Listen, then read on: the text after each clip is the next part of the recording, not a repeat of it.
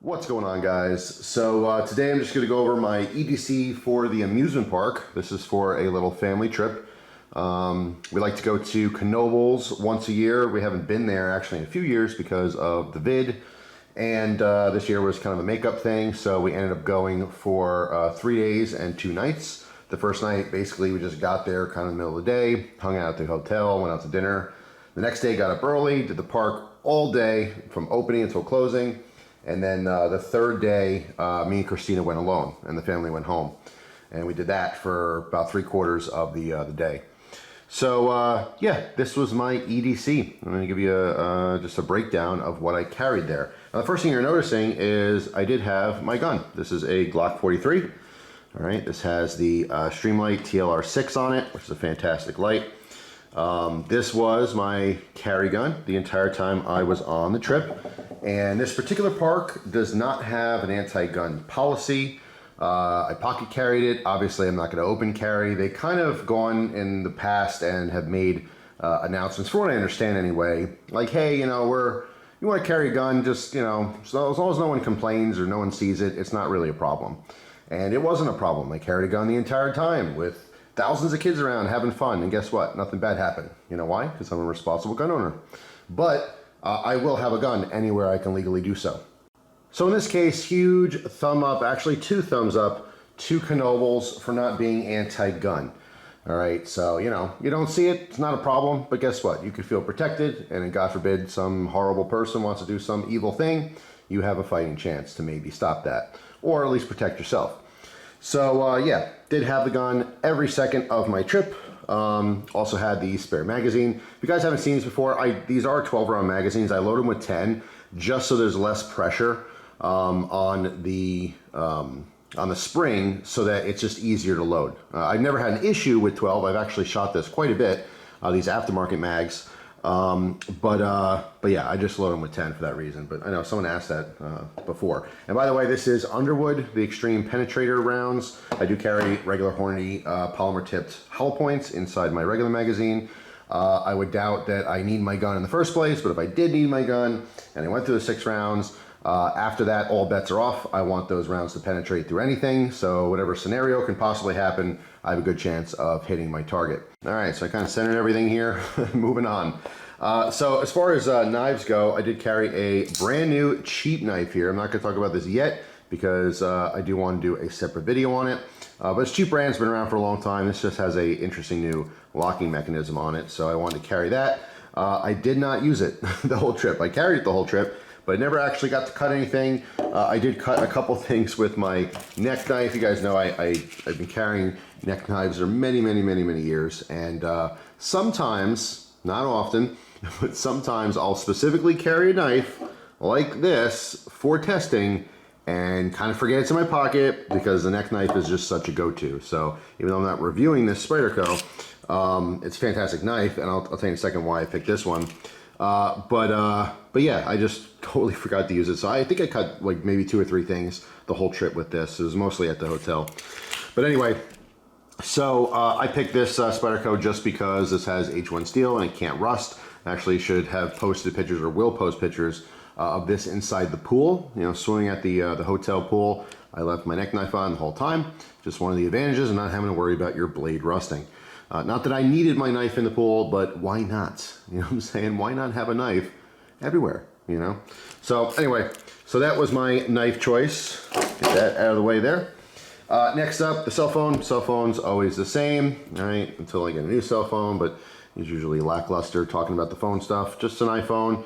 I do love the OtterBox case. This is my, it was actually my winter, quote, winter case. My old phone, I had a really nice saddleback leather, like very slim, lightweight, smooth phone case. But when I upgraded the phone, I never got a new case because they're expensive. They're very expensive. I like the lighter case for summer. I usually switch back and forth, and I'll do a heavier duty case like this in case I drop it in the snow or ice or whatever. But I don't really care. It's worked out fine so far this summer. I just don't want to spend the money this year anyway on the phone, so whatever. If I upgrade again to another phone, I'll probably get a dedicated, like, slim line, smooth, kind of classy summer case. But the OtterBox cases, I mean, it's hard to beat. So that was the phone. I mentioned in a previous video, my Jersey trip, I take a pill box. Whenever I go out on trips, I do usually take some kind of a pill box here for medications. I just have some Tylenol in there. All right, that was left. It did come in handy. There was, I think it was the second day or maybe the third day. I think it was the third day. In the morning, popped a couple, just woke up with a nasty headache from walking around the sun for 8 hours. And it worked great. You know, little medication. It's always good to have on your person. I always have it in the car. In this particular case, I had in my vehicle, myself, my parents, and my sister, and my sister's family, we all took separate vehicles. So we can, you know, come and go as we wanted, which was fantastic because I had all my extra gear in my car if I needed it, which is nice. So anyway, pill box, talked about that before. Very cool option to have on your person. As far as the keys, same old stuff. The only thing you guys haven't really seen is I put on those color identifiers for different keys, just so it's a quick access. I know what's what. Besides that, there was a tool that I had on my keys that failed me during this trip, and I will make a separate video on it. It's an item that I've been testing for months and months and months, probably close to a year, and I keep meaning to make a video on it, and I haven't, and it just failed me. So good timing. I will definitely be making a video on it now. All right, so stay tuned for that. Then, of course, my pocket organizer. Always have a pen, regardless. Always have a flashlight. I have multiple flashlights. I have actually a flashlight on the keys as well. And then the lighter. All right, now when I go on a trip specifically, I will double check, put a brand new battery in my flashlight. I also now carry a spare battery inside of this section where I usually keep the lighter because there's a little room. This happens to be an Olight takes a AAA. So at some point I just realized, hey, I can shove another AAA in there. It's not going to fall out or anything. So I have it here as opposed to having to go into my bag in the car or elsewhere for gear. So yeah, it's not hurting anything. So yeah, flashlight, pen, and lighter. Never use the lighter. It's always just kind of there just in case, but I rarely use that. Most times when I'm taking the lighter out, it's either just light a candle or something. When traveling, I don't really like candles. Most times it's literally just like I'm hanging with someone who's smoking a cigarette and their lighter broke. So it's just like, oh, dude, I got my own lighter, you know? So that's basically what the lighter comes in handy for. Of course, you know, having that prepper type mindset, I always think like you got to have some way to make a fire just in case the extremely uber rare situation happens where who knows, you know what I'm saying? But you never know. And then the pen got the most use because I also brought my Right in the Rain pad specifically to take notes on things that I wanted to do, rides I wanted to see, food I wanted to try, all kinds of stuff like that. So it's good to keep track of what I've done, what I want to do, so we're not just, you know, aimlessly walking around. Because a lot of times if you go to like an amusement park or something without a plan, you just keep circling the same stuff. And, you know, I kind of don't like an agenda. Like I don't want to be like, okay, we have to go here, here, here. Like an itinerary on vacation sucks because there's stress. When you're on vacation, you're supposed to be just enjoying yourself and you just kind of go with the flow. You know, but at the same time, there's certain things you do want to see, certain attractions you want to enjoy. So it's good to just have an idea of what you're doing and to make your time, you know, just use it wisely, basically. So you're not just like walking around, because you could walk around a park for 8 hours and not really do all that much because you keep circling the same thing. So I just, you know, when I was with my family, we were getting some stuff done because I'm with my little niece and nephew. And that's most of the fun, by the way, is just watching them enjoy themselves as kids and growing up and doing all the cool rides and stuff. But, you know, the last day when it was just me and Christina, that's when we, you know, used an itinerary and just kind of hit the stuff that we didn't get to do with the family. You know what I mean? So anyway, as far as like rides go, I don't know if I ever mentioned this. I am not a roller coaster person. I have never liked them, and I'll tell you why. I was probably traumatized as a child when I was probably 8 or 9 years old. I went to Busch Gardens, awesome place as well. And my dad asked if I wanted to go on the Big Bad Wolf. Now, the Big Bad Wolf was a roller coaster that rode underneath the track. So let's say this is the track, you're just hanging underneath it. You know, and it's not like a really extreme, crazy roller coaster. It's definitely different that you were hanging under there. Back in the day, that was like a, wow, that's a cool thing, right? Because most roller coasters were all pretty much the same. Nowadays, I mean, there's a million different types of extreme roller coasters that I wouldn't begin to think to go on. But anyway, so I went on it just thinking, wow, this is gonna be fun. And no, I did not enjoy the feeling of, you know, thinking I was gonna get hurt. So even like today, like I don't find it thrilling to go on things like roller coasters. I mean, certain rides I do like. You know, I don't mind doing a couple little bumps and rolls in here, you know, things like that, but I just don't get joy out of it. I've never liked roller coasters ever, so those are things I usually pass up. My niece, she is a daredevil and she loves it all. In fact, it's funny. She's 11 years old, and her exact quote was, "I'm going to go on every ride I can legally go on." I thought it was funny. So she's the adventurous one, you know, in the group. So she's of course doing all that kind of stuff, and some of my other family members, you know, go on with her, and some don't. But I never do. All right, I just like the cool, calm stuff, just kind of like someone's grandmother. But anyway, that's just a little bit about me. If you didn't know that, just hate roller coasters. You know, there's a little part of me that I just every year someone dies, you know, and it's usually not because the roller coaster broke. You know, I'm overweight. So, you know, they have restraints and stuff, and they're supposed to work a certain way. And when you're too fat for a ride, they don't really close properly. You know, if you're just shaped weird, if you're super, super skinny, or you're way overweight, it's just not safe. Those things are built for normal people with normal bodies. And every now and again, someone slips out of a ride because it doesn't lock up right or something. There was actually a story I heard, Christina was telling me, there was a vet, it was a war vet, and he had no legs. He lost them in the war. I don't know if it was Vietnam or whatever, but he insisted on going on this roller coaster, and he said, and the people there, the attendees, the workers were like, "No, I'm sorry, sir, but we literally, if you don't have legs, you can't go on this ride." He's like, "I'm going to sue you guys." So they ended up letting him go on the ride to keep him quiet, and because he had no legs, it's just a lap belt that comes down, and he slipped out and died. So that's really unfortunate. But you know, like I said, these rides are designed to work a certain way, and I don't like pushing limits. Maybe in the future, if I lose enough weight, maybe I'll just be like, screw it, I'll just try it again. But like I said, I don't really get a lot of joy out of thinking like, oh, maybe a bolt goes loose. Maybe I have a Final Destination type day. You know, that's not very exciting or fun to me. So that's why I avoid roller coasters and things like it. Anyway, so yeah, that's that. Then we're left with a hanky. I always have a hanky. Always. And sometimes I do EDC videos and I don't talk about it. I actually brought 3 or 4 different handkerchiefs. I had one handkerchief that I already packed away, but it's not a handkerchief, it's a neck gaiter. And the neck gaiter is kind of cool too, because if you're really hot, you could put it on your head halfway inside out. I should maybe make a demo of this in the future, but if you turn it inside out, put it on halfway, give it one twist, and then pull the other side around your head, now you have a skull cap. Especially when it's really hot out, which it was this whole time, you can get that soaking wet, wring out the extra water, put it on your head, keeps your head nice and cool. So that's a really cool option. But totally random note, but Christina had the first aid kit on this trip, and my dad cut his arm a little bit. He just rubbed it on a fence or something like that, and Christina took care of that right away because she always had first aid.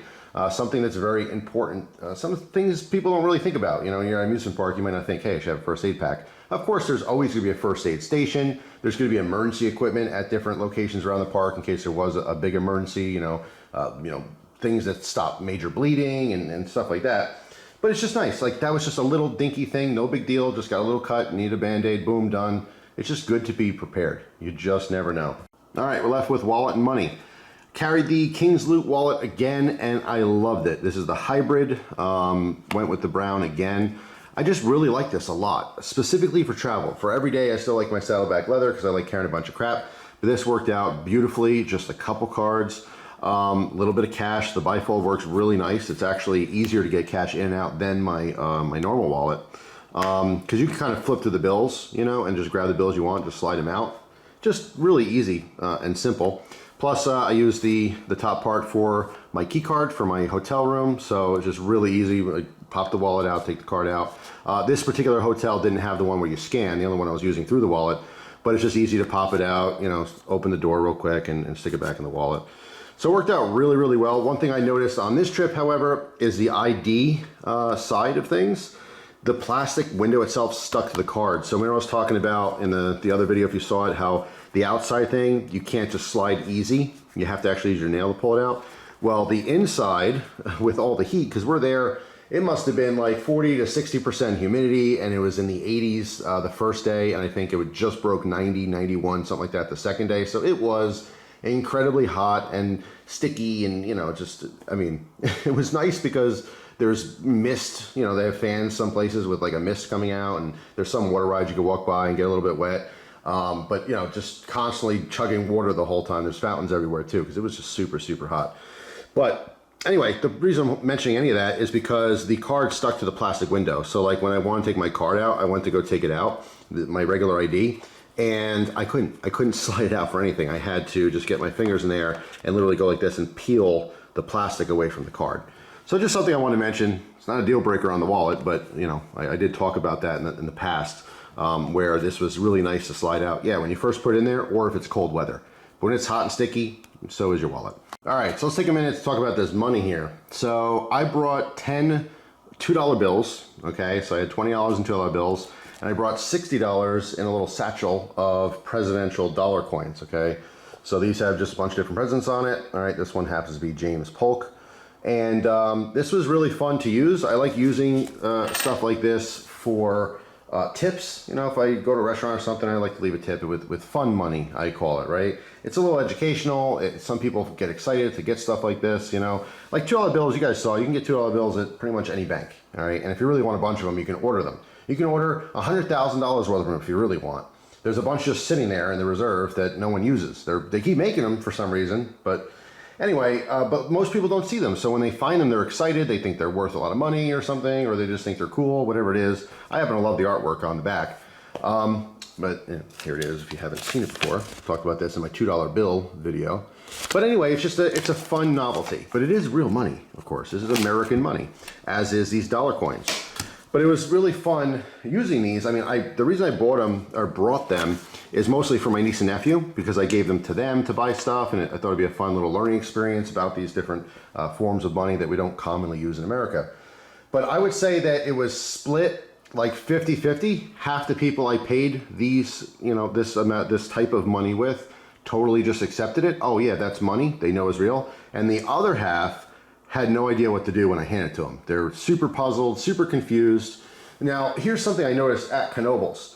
All the attendees, the workers for the games, not like the vendors for food or you know, other things, they were pretty mixed with all types of people. Men, women, old, young, all different races, things like that.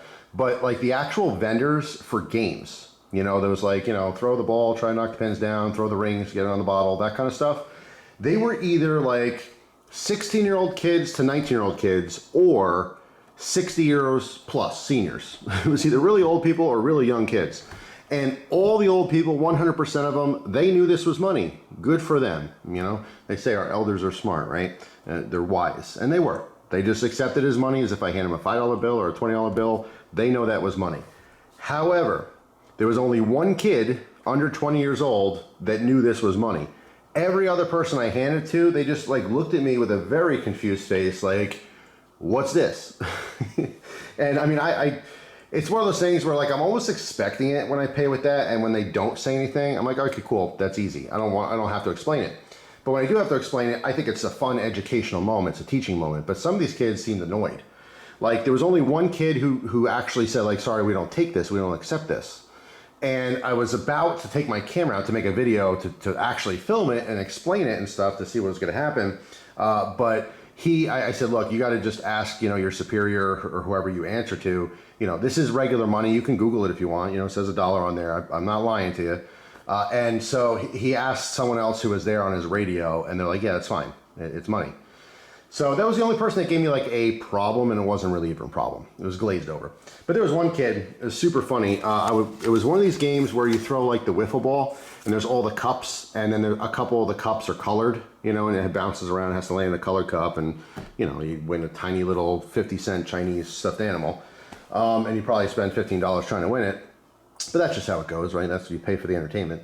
But anyway, the kid that worked that little game section, I hand him, I think it was I think it was like 5 balls for $3, and I ended up getting 10 balls. So I gave him $6 coins. And I gave him the little thing in his hand, and he stared at it. I'm not even exaggerating when I say he stared at it for like 30 seconds. And he kind of like, you know, looked to the other side and went back like this and went like this. And then he's like, I never saw these before. And I said, oh, these are dollar coins. They have different presidents on it, but it is real, like American money and stuff. It's legit. I'm not trying to, you know, scam you or anything. And he just kind of laughed. He's like, oh, these are pretty cool. And he's probably going to keep them for himself, if I had to guess. But yeah, that was my experience with using, you know, this type of money. It's just one of those things. Some people got a lot of joy out of it, which I think was cool. There was at least 2 people I remember. One senior who said like, wow, I think it was, I don't know if it was a $2 bill or if it was dollar coins, but like, wow, I haven't seen these in years. This is awesome. And then there was a younger kid. It's like, oh, that's really cool. I collect these. It might have been the $2 bills. So I mean, it was a mixed bag of reactions to using fun money. And like I said, I call this fun money or novelty money, but it is real money.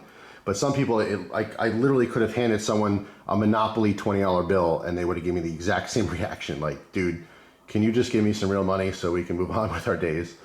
So it's just kind of funny. But like I said, it's always a great time for a little education. But you know, sometimes people at work, they don't want to be educated. They just want to get on with their day. So I kind of get that too.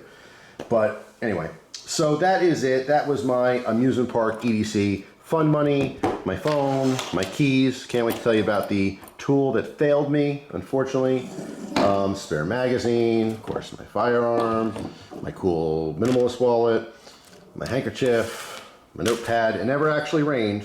I didn't get to write in the rain during the trip, but I did write when it was very sunny and moist out.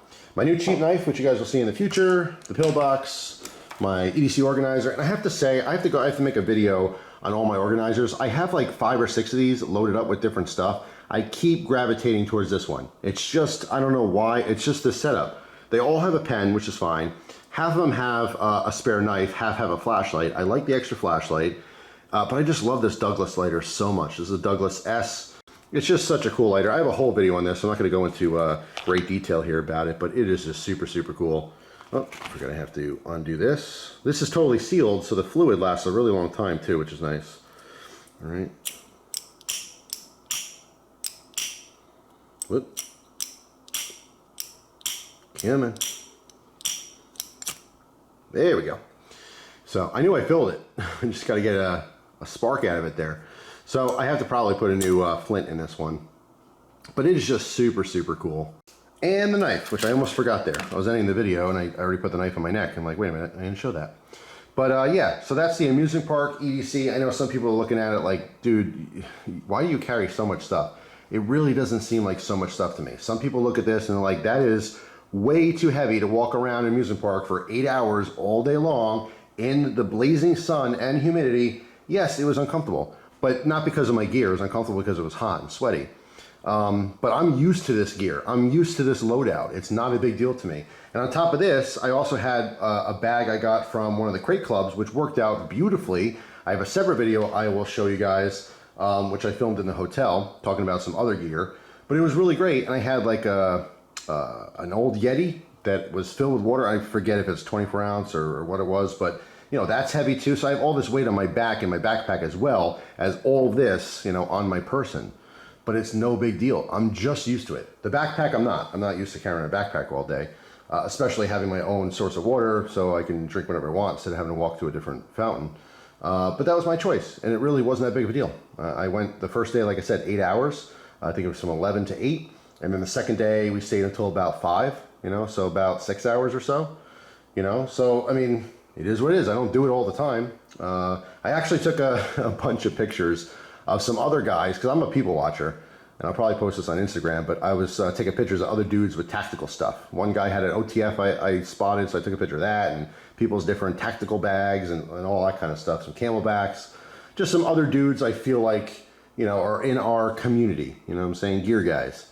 You know, and some people just like that stuff and they don't watch YouTube videos on gear. They just buy it and like it, you know, so I'm not pegging them all as tactical dudes. Anyway, that's it for this one, guys. Hopefully if you went on vacation, you enjoyed it, or if you're going on vacation, you will enjoy it. But this was our little family vacation. It's been a couple of years, like I said, since we did anything, and it was a total blast. It was really awesome, you know, seeing the kids have fun. It was really awesome spending time with my parents, my sister, and my brother-in-law, and of course the next day doing it alone with my wife. It was really, really enjoyable. A nice little break. But now we're back. You know that feeling when you get back from vacation? You're just like, but hey, that's life, right? You gotta love life too. It's not all just downtime till our vacations. We actually don't go on vacations very often, so when we do, it's really, really appreciated. And I just had an amazing time. So huge shout out to my family, who happens to be an awesome group of people. But anyway, that is it for now. Hopefully you guys have an awesome day, and I will see you tomorrow with a brand new video. Take care.